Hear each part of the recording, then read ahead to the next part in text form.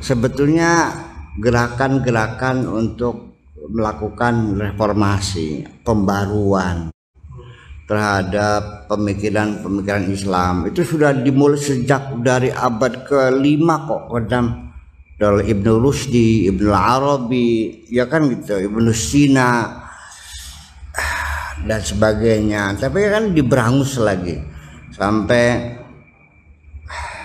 di abad ke-19 seperti Muhammad Abduh, seperti Jalaluddin Al-Afghani, Saltut, ya sampai sekarang oleh Faris Buddha, oleh bacalah, apalagi sekarang juga muncul pembalu-pembalu. Tapi tetap aja akhirnya sampai sekarang ya seringnya banyak diculik juga sih. Kalau di sini belum pernah terjadi penculikan, belum. Misalnya diculik, patahin, ditembak, pelakunya tidak ketahui lah. Nah ini juga yang jadi masalah. Kok kenapa sih kita ini banyak mengalami hambatan dan tantangan ketika ingin melakukan perubahan? Kenapa?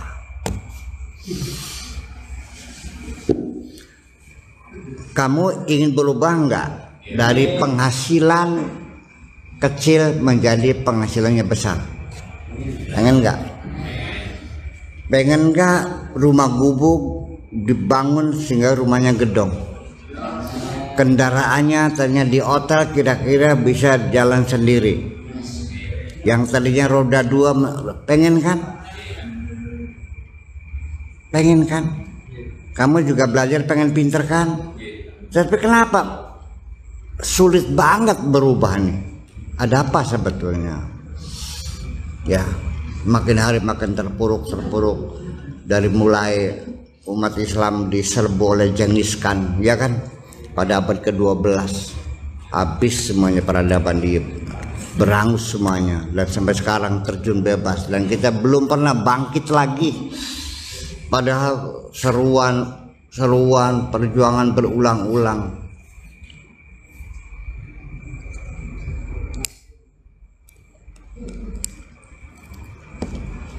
Ya sampai seorang presiden yang melakukan pembaruan dalam Islam seperti Presiden Tunisia Bourguiba dengan kekuasaannya, ya tetap dikapir-kapiri juga kok. Nah ya, kenapa? Itu secara luasnya. Secara pribadi juga sama. Banyak nggak yang ngaji mah ya rajin lah, tapi kok kenapa sih nggak pinter-pinter, angger goblok baik. Iya, ya kan non. Nah itulah salah satu hambatannya. Jadi gini, kesulitan orang untuk diajak maju ini, diajak berubah ini, satu sebabnya itu terlalu banyak alasan. Nanti saya uraikan. Terlalu banyak alasan. Ada rokayane, ada mungbaene, ada hanya saja, ada namun demikian, akan tetapi, apalagi? Ya banyak alasan lah, itu semuanya satu. Ya dari alasan semacam itu, pertama,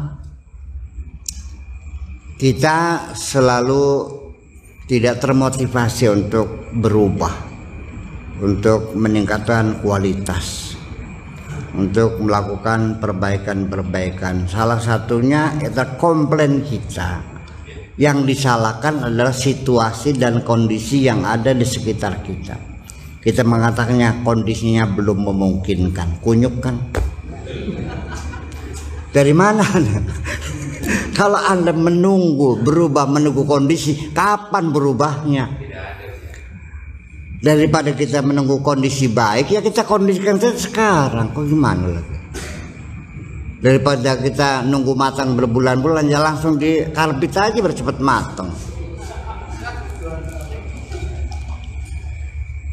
Ya, dan kondisi yang terjadi kemudian juga belum tentu akan berpihak kepada kepentingan Anda kok. Ya. Ketika kita nunggu situasi baik, kapan baiknya? Sama kayak tukang tempur. Nunggu nih harga bagus.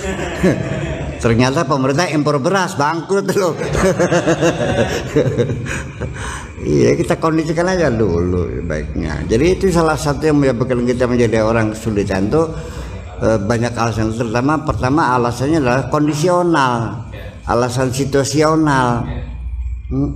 Ya kapan? Nah itulah jadi menunggu-nunggu, akhirnya tidak bergerak. Ya akhirnya bergerak. Nunggu apa lagi? Ya situasinya belum memungkinkan. Ya kapan memungkinkannya? Ya nanti tunggu. Ya akhirnya sampai mati. Ya tidak ada perubahan. Jadi ya di sini harus ada keberanian kita bukan hanya menunggu situasi, tapi kita membangun satu situasi. Jangan menunggu kondisi. Kita kondisikan saja langsung gimana caranya.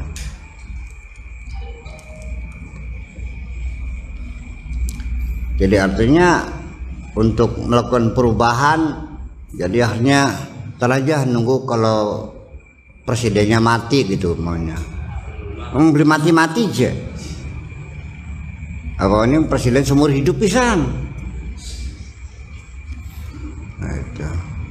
Ya, tapi setelah Spring Arab itu kan akhirnya kan nggak nunggu kematian Saddam Hussein, nggak nunggu kematian Gaddafi, nggak nunggu kematian Husni Mubarak kan akhirnya kan, ya itu sendiri juga.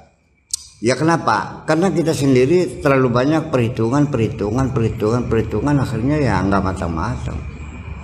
Yang penting inilah, mulai saja dengan langkah untuk berubah itu sekecil apapun. Coba. Ya. Yang kedua yaitu kita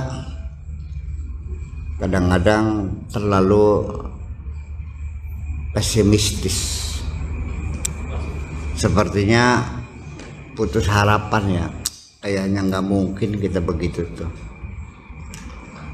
Saya sebetulnya begini. Ketika saya bercita-cita ingin belajar di luar negeri juga, orang sekitar saya mencibirkan mulut kan, ya nggak mungkin loh. Tapi saya kan yakin aja. Kalau kan nama amru idza arada syai'an an yaqula lahu kun fayakun. Ada urusan. Saya merapat sekarang juga enggak. Ya. Angel awite. Artinya dasarnya apa? Mana? Ya, saya juga merasa waktu itu juga direndahkan, juga merasa juga, tapi saya nggak pernah terpengaruh kok. Saya tidak pernah terpengaruh. Iya, ya bukan GP, jadi self confidence yang berlebih-lebihan. Iya, ya gede rasa lah namanya waktu itu. Nggak apa-apa, saya mau belajar ke Mesir itu mau mana? Ya cuek aja. Nah. Seperti begini, udah ngaji, pengen belajar benar, pengen jadi orang benar, pengen jadi orang soleh, pengen menjadi kekasih Allah. Saya ceritakan Rabil Adawiyah, ceritakan Dun Al-Masri, kita ceritakan Abul Hasan Al-Saduli, kita ceritakan baju kita. Apa ujungnya? Ya itu kan bukan makom saya. Nah, begitu saya contoh Siti Maryam, ya kan gitu. Apalagi ya, Siti Maryam, Nabi Zakaria, Nabi Musa, Nabi Sul, cerita-cerita Al-Quran saya kemukakan semua. Itu sebenarnya mungkin terjadi dan kamu juga bisa. Alasannya apa? Itu kan bukan makom saya. Ini yang menyebabkan orang jadi tidak berani melangkah karena sudah membatasi dirinya sendiri. Itu bukan makom saya. Sudah selesai. Kalau sudah mengatakan bukan makom saya, berarti kamu mematok harga dirimu sendiri, segitu dah. Jadi niat berubahnya itu ternyata ya hanya angan-angan aja sebetulnya. Awang-awang. Ya kenapa? Ya karena tidak berani melangkah. Saya tidak mungkin akan seperti itu. Begini aja, yakinlah. Tahu Rockefeller, tahu Onassis, tahu Howard Hughes, orang-orang kaya di Amerika yang uangnya nggak tahu berapa miliar dolar tuh. Iya. Kamu jangan silo, kamu juga bisa kalau kamu diberi oleh kesempatan yang sama oleh Allah, begitu. Ya iya gitu dong. Kada pada manusia nih. Itu manusia, saya manusia juga sama. Dia kentutnya bau, saya juga kentutnya bau. Iya. Nggak, kalau Allah kasih otak saya cerdas kayak dia, saya juga bisa melebihi dia kok. Ngapain? Sing kenteng ngomong kakeng aja. Iya. Kita jangan dulu minder dulu ngelihat Amerika, ngelihat Jerman maju. Kita orang Islam ya udahlah. Adunya sijinul mukminin wa jannatul kafirin. Ya ini kan penjara kita. Gimana ya. Jadi itu jangan kita keburu sebelum maju perang sudah mengibarkan bendera putih. Ya namanya nggak niat perang itu namanya. Ya nggak niat menang. Kalau orang niat menang itu menanggung risiko kalah gitu aja. Kalau kalah coba lagi, barang aja nanti menang. Kalah lagi, coba lagi. Ya akan tergratis. Ini yang perlu dibangun, semangat seperti ini nih perlu dibangun. Napasnya meledre aja gimana sih? Ini perlu dibangun sama-sama itu. Percayakan dirimu. Ya mungkin sebenarnya kurang iman kamunya. Iya. Jadi sehingga rasa rendah hati kamu itu yang melihat Allah juga terbatas juga seperti kamu juga. Dari mana asalnya, dari mana mulainya, modalnya dari mana. Ini bukan kelas saya. Takut barangkali dia bisa orang gila, bercita-cita terlalu tinggi. Ini kan penyakit semuanya. Ini penyakit itu. Kalau itu sudah muncul, semangat kamu menghadapi kehidupan menjadi lemah sekali dan mudah menyerah.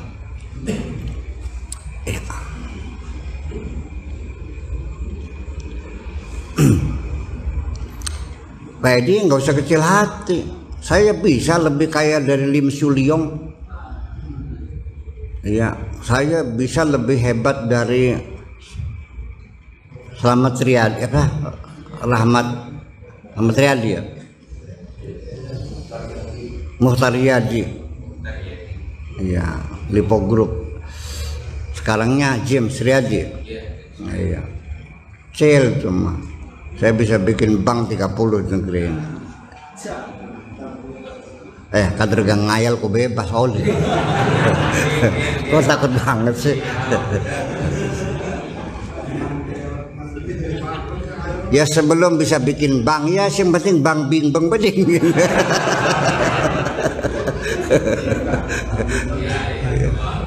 Iya. Percayakanlah kalau Allah sudah mengizinkan pasti terjadi. Percaya. Ya ini mah saya bukan sekedar teori, juga saya pernah mengalaminya.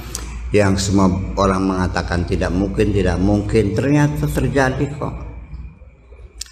Sekali lagi saya ulangi, di dunia ini tidak ada yang mustahil, tetapi juga tidak ada yang mudah. Apa aja? Tidak ada yang mustahil. Mudah. Semuanya ada resikonya, ada akibatnya. Ya. Dan yang ketiga itu salah pemahaman, menyerahkan diri, tidak mau bergerak dengan tendensi argumentasi alasan-alasan yang tersembunyi saya tidak ditakdirkan untuk jadi presiden, saya tidak ditakdirkan untuk jadi orang kaya. Dari mana Anda tahu itu bukan takdir Anda? Jangan menggunakan takdir itu sebagai perisai untuk menutupi kegagalanmu. Kita tidak tahu takdir Tuhan seperti apa kecuali sudah terjadi. Begitu kamu jatuh, ya sudah, itu takdir kamu. Iya. Kalau sekarang kamu kaya, ya katakan itulah takdir Allah. Tapi sebelum kamu kaya, ketika kamu miskin, jangan katakan bahwa takdir kamu miskin. Aja. Jadi sebaliknya juga ini menjadi persengketaan masalah takdir. Jadi ternyata orang-orang yang meyakini tidak ada takdir itu lebih dinamis, sekalipun keliru ya. Seperti kelompok rasionalis, Mu'tazilah yang tidak itu, mereka betul-betul mengandalkan bekerja nggak pernah lelah. Habis nggak ada takdir sih, Allah mah hanya mengawasi aja kok. Kita yang berbuat, kita yang menentukan, kita yang menilai, kita mengevaluasi, kita yang meningkatkan. Allah hanya kalau bagus dibayar bagus, kalau jelek dibayar hukuman, gitu aja kok.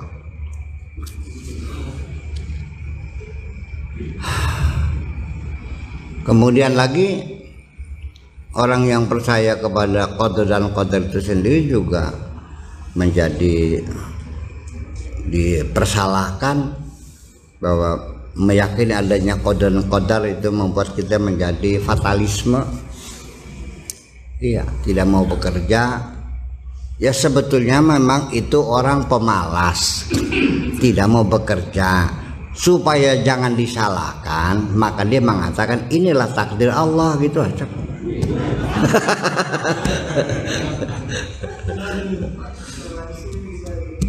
Iya, jadi jangan salah paham. Jadi takdir itu qadar hanya dijadikan alat untuk menutupi kemalasan kita. Dan masyarakat juga dapat dikelabui gitu, sehingga tidak bisa membedakan antara orang malas dengan orang tawakal. Yang pemalas ya tiap hari makan tidur aja. Ya Allah, orangku sabar banget. Di mana sabarnya? Setiap hari tidur aja, yang cari duit istrinya. Sedina-dina dijajarin yang rabine. Kak, ada uangnya nggak Kak? Kata istrinya. Habis neng, 2.000 ya. Nanti 2.000-nya sore aja dah. Sampai rokok juga ini 2 batang aja. Ini buat satu habis makan, ini buat pakai waktu berak. Iya, pemalas. Uang ada juga nggak bergerak, untuk apa ya nggak tahu ya, pakai ya dihabisin aja. Orang tuanya mati, menikah musyawarah terus hektar, lu udah habis, jual lagi. Kalau 2-3 tahun jual lagi, 1 hektar lagi kan, makan nganggur gitu, dijual ya habis. Ke sawah nggak mau, apa nggak mau? Banyak kayak begitu. Ya itu kan menghabisin harta warisan orang tua. Belum mati hartanya sudah habis. Banyak kok. Ya gimana? Ya mati pikirnya. Naudzubillah ya, jangan mati pikir masyarakat. Bener. Nggak ada hima tuh, nggak ada cita-cita, nggak ada.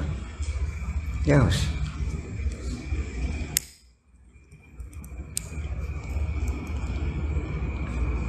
Jadi hendaknya kita mengatakan ini takdir Allah setelah kita bekerja optimal dan hasilnya final, ya sudah. Nah, ketika kita mengatakan ini takdir itu bukan untuk membenarkan kegagalanmu, tapi menerima ketentuan Allah dan tidak mematikan untuk kamu bangkit kembali. mencoba lagi. Ya, untuk apa? Untuk merubah takdir Allah, kan begitu. Iya. Sebab kita tidak tahu apa yang Allah takdirkan. Allah menakdirkan kamu mengalami gagal 10 kali, yang 11 kali kamu baru berhasil, itu takdirnya. Tahu nggak begitu? Nggak tahu kan? Ya makanya coba lagi aja dulu. Barangkali yang 11 kalinya kamu berhasil. Jangan terus menyerah. Jadi takdir itu adalah bukan sebagai keputusan untuk menyerah. Jangan pernah menyerah, gitu aja. Ya, jadi gimana? Ya barangkali takdir Allahnya lain, bukan ini. Ya kan gitu. Barangkali ini sementara saja. Barangkali kegagalan saya ini untuk ditempa, untuk dididik supaya nanti saya setelah kaya jadi kokoh. Ya gitu dong. Sebab biasanya orang kalau banyak kegagalan, banyak kesulitan, kan membangun kepribadiannya kokoh. Ya nanti kalaupun dia jadi kaya raya kan tidak sewenang-wenang, tidak dihambur-hamburkan kan gitu. Baru akhirnya kan hartanya berkah. Ya karena lain dengan orang yang memang dari lahir udah kaya raya, orang tuanya kaya macam itu, akhirnya hidupnya juga hartanya untuk kemaksiatan. Percaya nggak? Iya. Orang yang kerja keras, ya siang malam bekerja, ngerasa capeknya itu, dia pasti menggunakan uang dengan penuh hati-hati. Iya. Kalau uang orang kaya karena menang lotre pasti dihambur-hamburin, betul nggak? Akhirnya malah menghabiskan uangnya semuanya. Juga dapat lotre 1 miliar, akhirnya sampai rumahnya habis semuanya buat foya-foya. Malah buat masang lagi habis lagi.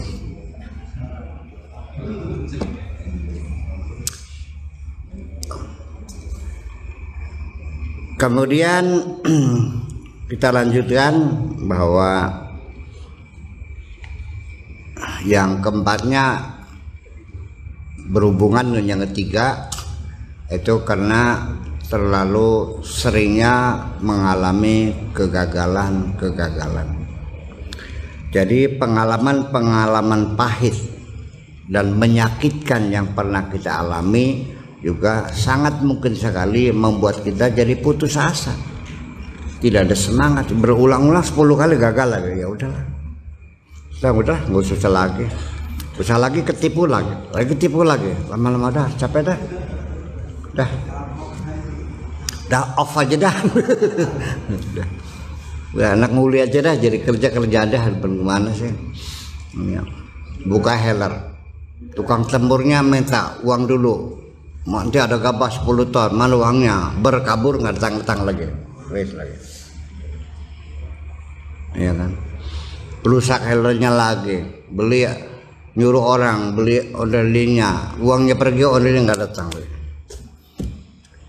Ya udah akhirnya beli sendiri, masang, mekaniknya nggak benar, masangnya patah lagi akhirnya. Wah capek, akhirnya setelah dibantingin ke season. Jadi pengalaman pahit juga menjadi mendera hidup kita sendiri, mematahkan semangat. Jangan pernah putus asa, coba lagi dan coba lagi. Jangan mengatakan aku gagal, katakan keberhasilanku masih ditunda. Ya kurang lebih begitulah kira-kira. Ini perlu diingatkan ini. Kamu ngaji tiap hari, goblok anggaran, jangan takut, terus ngaji. Barangkali di tahun depan kamu pintar. Iya.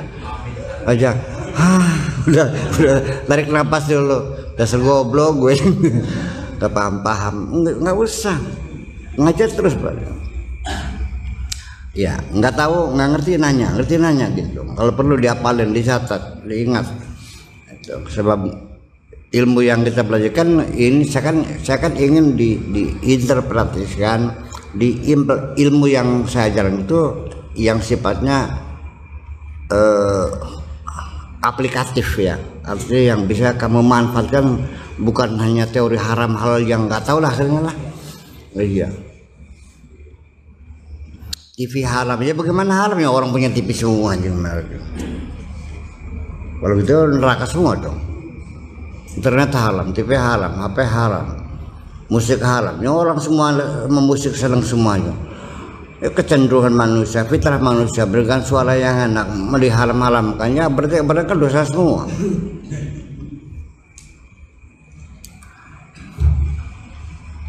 Iya kan? Ya, jadi itu kan tidak aplikatif berarti. Yang benar, bukan yang ingin sampaikan ilmu yang ingin saya sampaikan itu minimal membuka wawasan berpikir kita. Kemudian juga memberikan pemahaman-pemahaman sehingga kesalahan-kesalahan kita yang pernah lakukan kita perbaiki, ada ilmu baru. Ya kan gitu. Ternyata kata Buya, kalau bisa mah mulut kita nggak usah ngomentari orang lain lah, nggak usah menceritakan keburukan orang lain, ngapain sih? Tapi gatal ya kan dilakban basisa. Iya, ngapain menceritakan kekurangan orang? Nggak usah ikut-ikutan menyebarluaskan hoax. Udah aja. Gitu. Dari pengalaman itu kan akhirnya kan kita nyaman hidupnya orang yang memusuhi kita kan minim sekali, dikit sekali kan. Itu mungkin ya karena watak pribadi orang memang itu hasud dan sebagainya. Nah, untuk menghadapi orang yang hasud, barangkali kamu sudah ngaji, kemudian sudah diimplementasikan dalam kehidupan sehari-hari, kamu sudah banyak teman, rezekinya lancar, karirnya maju segala macam ya, terus tapi masih ada orang yang hasud juga Bu ya. Kalau orang hasud nih nggak usah direspon, nggak usah dijawab, nggak usah dipikirin, sudah tinggalkan saja, abaikan saja. Kalau dilawan ya semakin menjadi, biarin aja ya. Api itu biarkan saja sampai bahan bakarnya habis sendiri. Nanti kalau kayu bakarnya habis juga mati sendiri kok. Iya, jadi kalau ada orang masuk kamu mengatakan medit, buktikan kamu dermawan, gitu aja. Ya, kalau orang jangan kamu orang goblok, belajar yang benar, komputer, buktikan kebalikannya itu. Tapi nggak usah dijawab dia mah. Atau gini aja ya, minimal ya sudahlah, kita nggak usah akrab dengan orang hasud tuh. Ya udah kita ya ketemu sekedar assalamualaikum aja udahlah. Nggak usah banyak, udah yang mikirin udah kemana. Kerja beli udah, wis tutup udah. Seolah-olah kamu nggak kenal lah, gitu aja dah, itu aja. Memang dihasut sih wataknya. Gimana? Kalau kamu punya teman yang sehari-hari mengomentari kejelekan orang semuanya, semestinya kamu harus curiga, dia juga kan menceritakan kejelekan kamu di belakang kamu juga kok. Iya kan? Ya udah. Itu. Jadi kita akan habis waktu dalam pertengkaran orang hasud. Orang hasud nggak bakal ada habis-habisnya. Kalau orang hasud tuh, kalau kamu kena susah dia seneng. Kalau kamu dapat rezeki dia susah. Iya. Kenapa dia yang dapat saya enggak, kan gitu. Nah, ini terjadi biasanya persaingan semacam itu biasanya di perkantoran, berpejabatan. Dia sudah senior, golongan sudah 4A, sudah 4A senior ya. Ya udah 4A ini sudah 4 yang lalu. Ini orang baru naik 4A kok dia yang diangkat jadi kepala dinas, gimana sih? Kan pada saya kurang berapa sih ke atasan saya tuh ngabdi, disuruh nyebokin di sini juga saya mau, padahal mah. Pernah dengar gak keluhan pegawai begitu? Ya itulah kerjaan, kecewa kan. Ya, jadi begini, daripada kita menyalahkan orang lain, mengatakan pemimpin yang nggak adil, coba dikoreksi. Ada pasti ada kekurangan. Ya artinya atasan Anda kurang memperhatikan kamu, sebabnya apa? Ya mungkin ada kekurangan juga. Ya memang begitu. Jadi ya serba sulit sih kadang-kadang. Kamu benar, ngomongnya benar, malah nggak populer, nggak diperhatikan. Ya kan kamunya bener, kamu menjadi orang normal ya yang nggak diperhatikan. Begitu kamu sekali ngomong salah mulai diperhatikan. Ya sering-sering salah ngomong sekarang. Guyon mana lu kan. Jangan. Kalau saya mau ambil ketawa berarti guyon mana itu. Enggak beneran. Iya. Oke. Setelah itu apalagi? Ya, ketika Anda mulai putus asa, tidak ada keinginan untuk melakukan perubahan, untuk meningkatkan kualitas hidup, itu salah satunya karena Anda pernah merasakan dikorbankan oleh orang lain. Ya, saya ini korban. Saya hampir tiap hari di sini nih, ya orang curhat nih, ya, salah satu itu. Saya ini dikorbankan, dipindahkan ke Palangkaraya, dipindahkan ke Papua, dipindahkan kan, begitu kan? Saya kurang salah berapa? Saya mencuri tidak? Saya juga kerja tiap hari on time, kurang berapa lagi? Kayak itu. Ini ada pihak lain yang kasak kusuk. Jadi karena seringkali Anda merasakan dirinya sebagai orang yang telah dikorbankan oleh masyarakat Anda, sejak itu Anda menjadi membenci lingkungan Anda sendiri. Iya, kalaupun Anda ingin melakukan perubahan, biasanya Anda lakukan secara radikal nanti.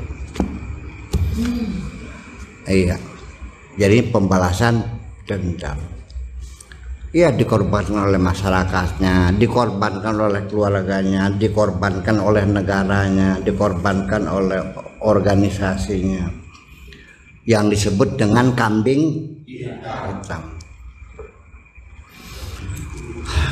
Dan itu dalam sejarah selalu demikian. Makanya orang yang pernah jadi kambing hitam langsung patah semangat dan tidak bangkit lagi. Nah, ketika itu kemana? Kita kembali kepada akidah yang benar. Jangan menyalahkan atasanmu yang mengkambing hitamkan kamu. Jangan mengatakan organisasimu telah mengorbankan kamu. Katakan ini adalah ketentuan Allah, ya Allah aku terima apapun ujian pada diriku. Ya, silakan engkau aku jatuhkan, engkau aku bangkitkan, engkau segalanya, tapi aku tetap engkau maha baik. Innaka tu'izzu man tasha wa tudhillu man tasha, tapi biyadikal khair. Aku yakin engkau sangat baik. Gitu loh. Surat apa pun? Ayat apa pun? Non? Iya, biyadikal khair. Itu artinya biyadikal khair. Sekalipun engkau berkuasa mutlak apa saja kamu bisa, tapi aku tetap yakin engkau sangat baik. Kita coba lagi. Ya sudahlah. Oke, pindah, kamu ditugaskan ke Aceh ke sana. Ya udah. Akhirnya anak-anak sekolah pindah semuanya, cari rumah, walah susah banget. Padahal gajinya cuma 3 juta sebulan tuh. Ya, karena belum mampu akhirnya berpisah istri di sini, kami ke sana, pulangnya kadang-kadang 6 bulan sekali, dijalani sabar. Ya kan gitu. Sampai kadang-kadang ada yang akhirnya minta keluar, minta pensiun di ini kok. Banyak nggak? Iya. Lah capek ngurus, dapatnya nggak seberapa. Iya.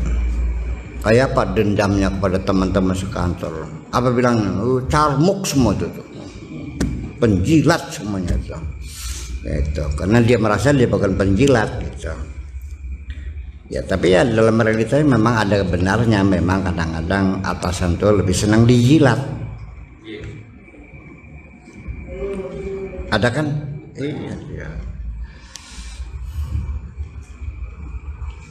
Jadi gini aja lah, barangkali kamu jadi atasan. Kadang-kadang banyak orang-orang yang munafik itu memperguncingkan dirimu di belakang kamu, tapi ketika dia berdiri di hadapanmu dia sanjung-sanjung kamu setinggi langit, pembohong semua. Jangan kau percaya mereka, jangan terbuai dengan mereka. Itu semuanya adalah orang-orang munafik. Di sekitar kita selalu ada makhluk-makhluk seperti itu. Malah Anda lebih baik bergaul dengan teman-teman yang secara terbuka berani menegur kesalahan Anda. Lebih baik daripada Anda mendengarkan sanjungan orang-orang munafik itu. Pelajaran penting dalam kehidupan sehari-hari kamu Rahmat. Iya. Iya, saya banyak makan garam dalam hal ini.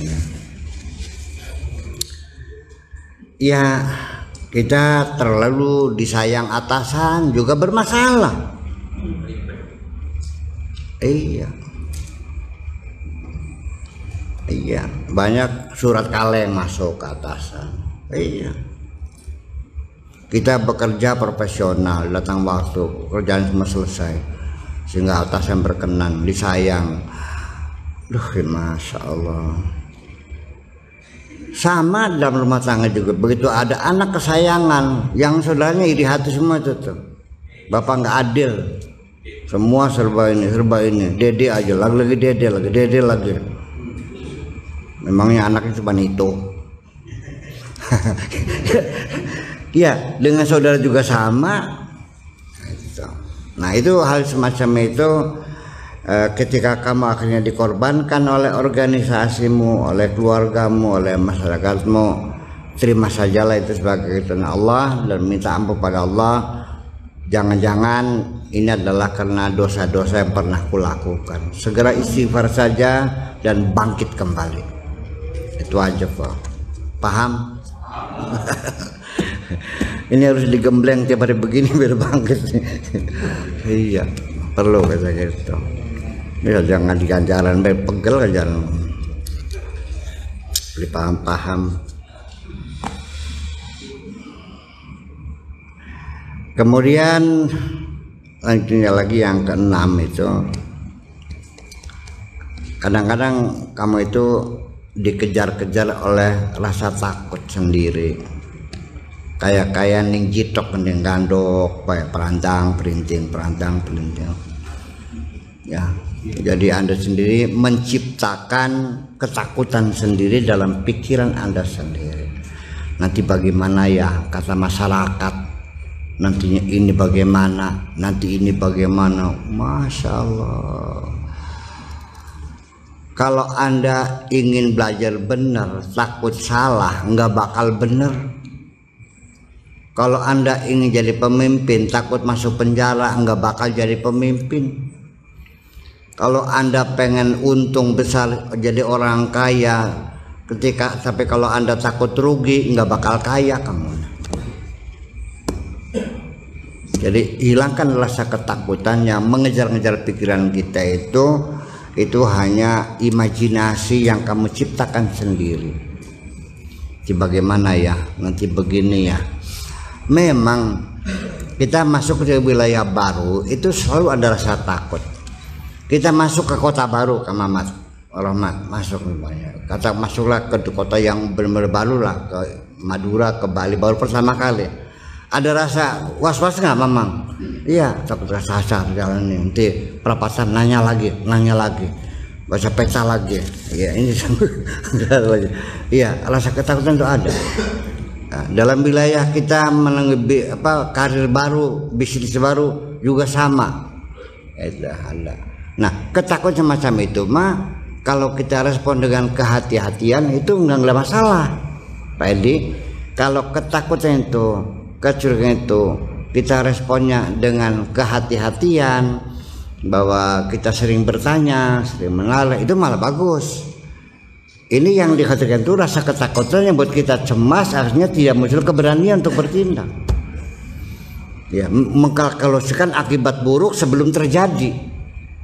Sering kita ini mengkalkulasikan akibat buruk sebelum terjadi. Mau ngelamar perempuan aja sudah bingung, nanti bagaimana kalau meta mas kawinnya sih ya gabruk aja dulu, ngelamar dulu. Nanti kalau minta mas kawinnya 100 juta yang nganyang aja 2 juta. Iya, ya boleh silakan, nggak ya udah. Kata kita melanang.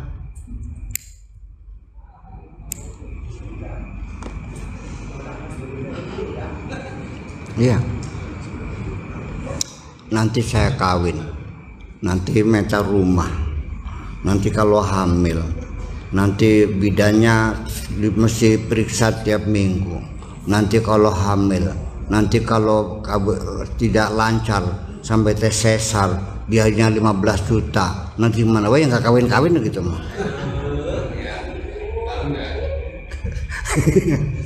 Jadi begini, hidup ini mesti ada avanturirnya juga sih.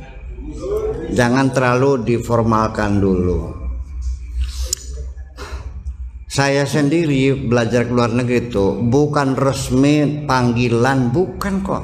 Saya juga avantur berangkat. Datang sana dalam mencari beasiswanya. Bukannya resmi dulu ada panggilan itu, enggak testing, enggak berangkat aja. Ketentukan Jakarta manusia pada baja. Dia juga kan.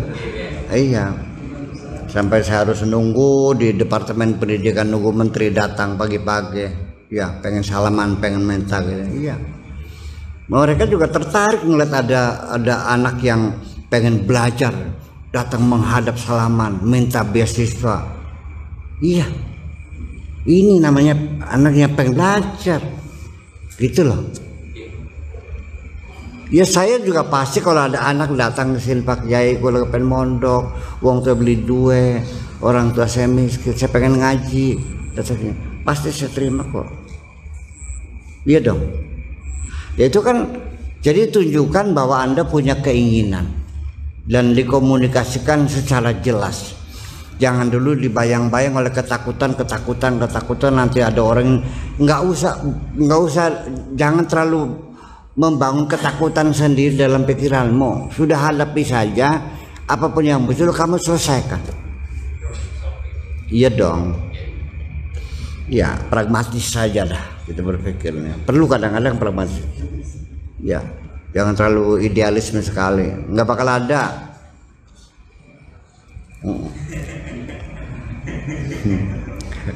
Ya itulah seperti itu.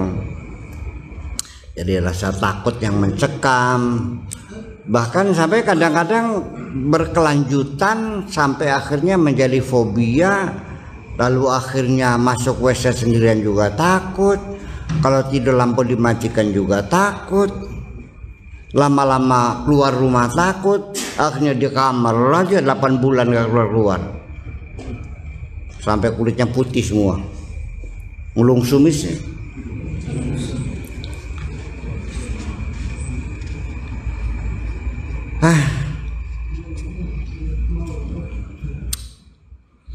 Rasa ketakutan, kalau orang sudah didahului oleh rasa takut gagal, itu sudah 50% gagal.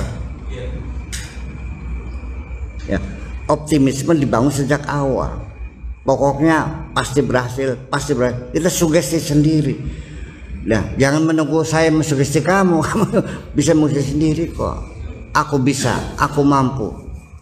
Ya, Allahku, Tuhanku sangat adil, Tuhanku maha sayang, aku pasti dibantu karena aku niatnya baik kok, masa Allah tidak bantu saya, kan gitu. Lah ya perlu gitu. Modalnya mana, nggak usah mikir modal dulu, berbuat aja dulu. Yang tanah masih kosong, minta sumbangannya, mana yang ngasih, pasang aja dulu selub-selubnya bernongol besinya, orang berusaha. Kelanya begini apa Pak Kiai? Saya bisa bantu pasir. Oh mangga silakan. Jadi kok akhirnya kita mulai dulu selangkah dulu. 1000 langkah yang kamu tempuh, kamu mulai dengan selangkah aja dulu. Iya, nanti masyarakat sudah lihat kinerja kamu, ke manfaat yang bisa kamu berikan. Masyarakat juga mikir kok iya ya. Orang tuh pontang panjang yang dipikir anak-anak kita juga kok. Iya kan, masa ngebantu Allah akan bukakan hati orang bantu kok. Tapi awas jangan curang, kalau sudah percaya jangan selingkuh kamunya. Nanti buat kawin lagi. Ay, kawin maning. Udah kalau begitu mulai nggak percaya tuh. Iya. Jadi artinya seperti itu, jangan ada muncul rasa kegamangan, ketakutan, jangan. Wa idza azamta fatawakkal Allah. Tekad bulat, serahkan kepada Allah semua. Langsung go ahead, melangkah gitu. Kapan tercapainya nggak usah nanya, yang penting bekerja, berjalanlah. Yang penting langkah pertama itu paling berat, langkah pertama. Ya, kesannya kedua tiga itu baru terasa ringan gitu. Kemudahan akan datang kemudian. Yang ketujuh yaitu yang menyebabkan kamu menunda munculnya keinginan, tidak segera dimulai karena kamu mencari alternatif lain,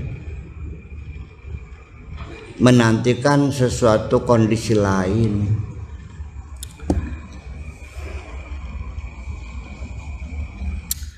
Nah, artinya kok bakal akan saya mulai nanti kalau saya sudah punya sawah 4 hektar, sudah punya rumah, ya sama jangan dengan niat itu mah. Ya, termasuk juga saya juga mengalami hal semacam itu. Saya mengalami sendiri. Saya nanti pengen berumah tangga nanti kalau sudah selesai S3, kalau sudah gelar doktor, kalau sudah ini, ya nggak kawin-kawin akhirnya. Iya kan? Jadi ya yang penting ya hitung-hitungan aja. Kalau memang sudah saatnya kamu secara biologis sudah mendesak, ya sudah wajib kan akhirnya kan. Ya sekarang apa adanya lah. Jadi kalau kamu tidak cari kelas sekelas sehari ini, ya pokoknya sekelas apalah Juleka juga nggak apa-apa lah. Nah gitu, lihat levelnya nggak apa-apa, rasional aja lah gitu. Kalau modal belum punya, mobil masih mobil tua, rumah masih ngontrak, ya siapa yang mau ya siapa yang mau lah. Kalau perlu pasang iklan deh, Radar Cirebon, pemuda cari jodoh. Nanti juga datang online kok. Iya kan buat saya itu. Jadi artinya beginilah, jangan menunggu kalau ini sudah selesai. Nanti kapan memulainya? Ya, menunggu terciptanya kondisi yang kamu tunggu-tunggu yang belum jelas. Kecuali kamu mau nanam jeruk limau, ya nunggu jangan sekarang, nanti kalau sudah turun hujan. Itu memang betul, itu memang ya itu ilmu itu mah. Ya kalau sekarang musim kemarau mana mungkin, sekalipun disiram juga panas bumi ini, nggak bakal bener kan gitu. Kecuali kalau sudah besar musim panas ya nggak ada masalah, itu sudah akarnya sudah hancur, paham nggak gitu? Iya. Tapi kalau kita melangkah gas yang tidak ada urusan dengan iklim, dengan cuaca, ya kok silakan aja. Ya, menunggu nanti kalau apa yang kamu tunggu belum tentu itu terjadi.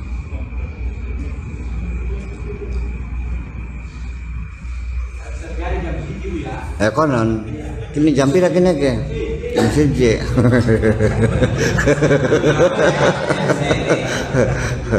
Ya. Dan nanti kita lanjutkan lagi. Yang penting kesimpulannya, jangan menunggu kondisi lain, situasi lain, menunggu persyaratan sudah terpenuhi, akhirnya kamu tidak melangkah juga. Jadi sekarang apa yang bisa kamu lakukan hari ini, kamu lakukan untuk melakukan perubahan. Iya, jadi keputusan perlu segera, jangan ditunda, karena bagaimanapun kita tidak bisa dihindari, kita dimakan usia juga. Iya dong, gagasan sekarang laksanakan sekarang. Kecuali memang kondisinya sudah tidak memungkinkan untuk dilanjutkan, ditunda tahun depan gak ada masalah. Tetapi jangan menunggu kondisi, menunggu suasana, menunggu apa yang kamu tunggu belum pasti. Berarti kalau kamu menangguh sesuatu yang tidak mungkin terjadi, berarti sama aja bohong. Iya, saya akan kasih kamu mobil Mercy Baby Band. Nanti kalau ada kuda keluar tanduknya. Sama aja bohong kan?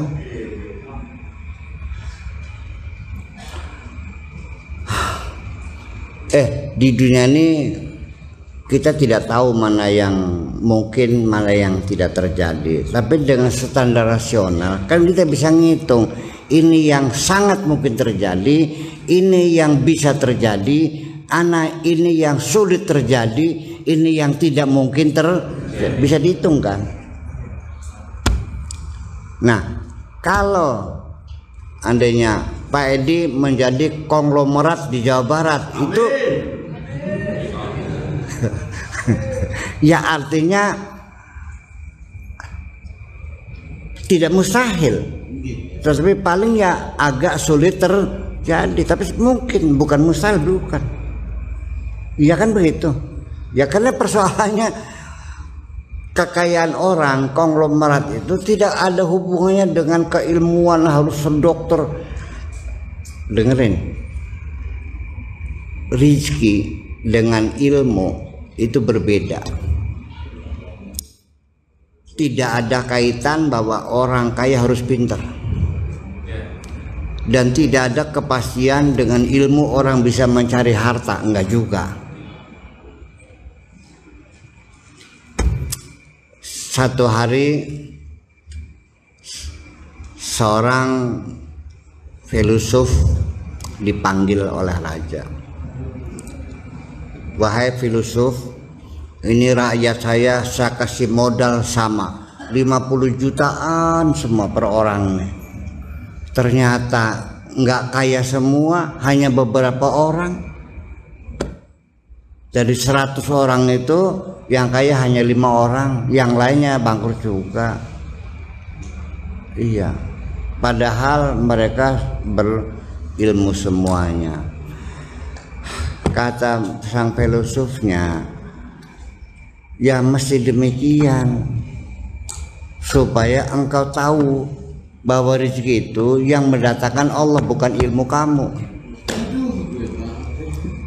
Kalau iya begitu, maka dosen harus jadi orang kaya, orang pinter aja.